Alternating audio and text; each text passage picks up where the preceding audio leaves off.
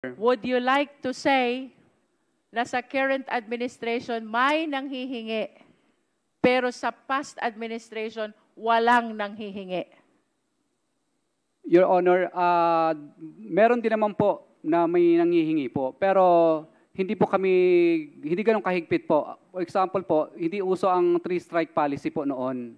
Na pag naka-disqualified po ang contractor na 3 ulit, mabablacklist na. Alright.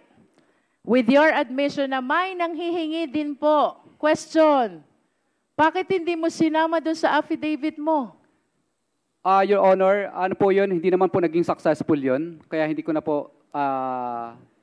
Nonetheless, may nanghingi pa rin. It's you who admitted. May nanghihingi din po during the past.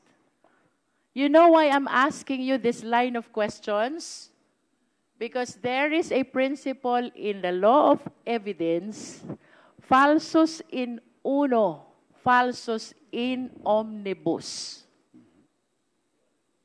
False in one testimony is false in all testimonies. Bakit parang nagkaroon ka ng selective amnesia, Mr. Diskaya? Would you like us to believe na may nanghihingi during the current administration tapos walang nanghihingi during the past administration?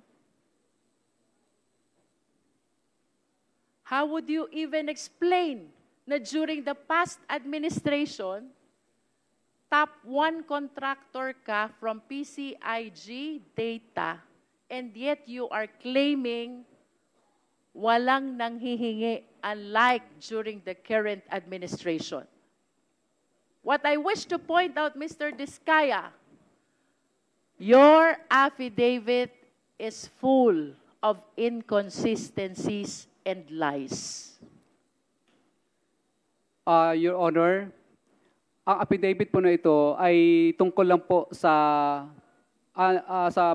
pagsuporta po namin kay PBBM po. Kasi po, ang kanya pong finalash po sa TV nung nakaraan po ay report po tungkol sa mga unprogrammed po na project. Kaya dito lang po ang salaysay ko hanggang... Okay, then let me ask you, if you are saving your statement by claiming that you are pertaining only to what the President discovered as anomalous projects during his administration, let me ask you, sino yung mga nanghihingi during the past administration?